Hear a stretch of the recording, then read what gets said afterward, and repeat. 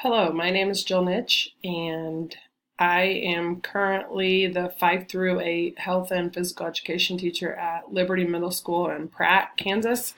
Um, I have all the 7th and 8th grade girls in health and physical education, then I have all the 5th graders and part of the 6th grade for PE. As well as teaching, I coach middle school volleyball and I also coach middle school basketball. Um, the one person who's had the most influence in my life, I would have to say, is my mom. My father passed away when I was very young, so it's just been my mom and I for close to 30 years.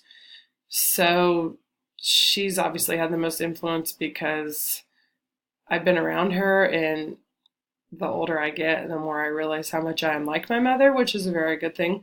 A lot of my beliefs and the way I live my life are tailored after my mom. Um, the result of my personality test was that conscientiousness was I scored the highest on, which I think fits very well with me because I am conscious about doing a good job and I want to make sure that whatever I do is right.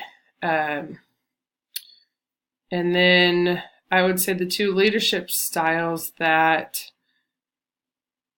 are closely related to me are democratic leadership and then situational leadership, which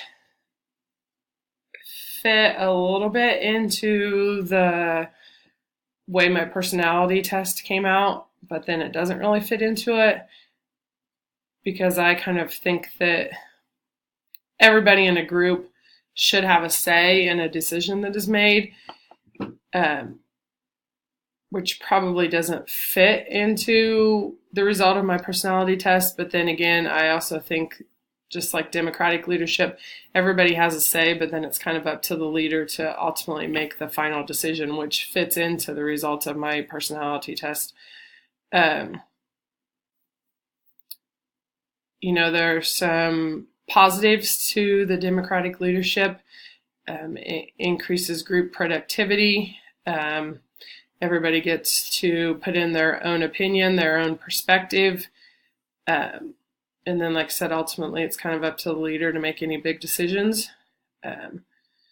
Some downfalls to democratic leadership is that sometimes maybe there might be communication breakdowns when you're part of a group as to who does what and who's actually going to get stuff done. So you need to make sure that the roles are clearly defined in democratic leadership. Some very famous people who have used democratic leadership are George Washington, Abraham Lincoln. Situational leadership, I kind of fit with this because I think there's never one way to handle every situation. I think, especially as an administrator, you need to look at every situation differently because you can't treat it the same all the time. And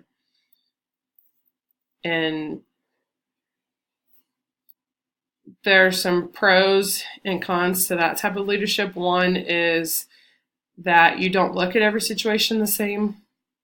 You go into it with thinking about it a little bit more. And then I could see a negative to that type of leadership being that maybe you aren't consistent with every situation. So I could see some teachers or some people that work under you getting frustrated a little bit with that. And then Steve Jobs would probably be the most famous leader who's used situational leadership. Thank you for watching my video, and I'm looking forward to meeting other people and learning as much as I can in this class.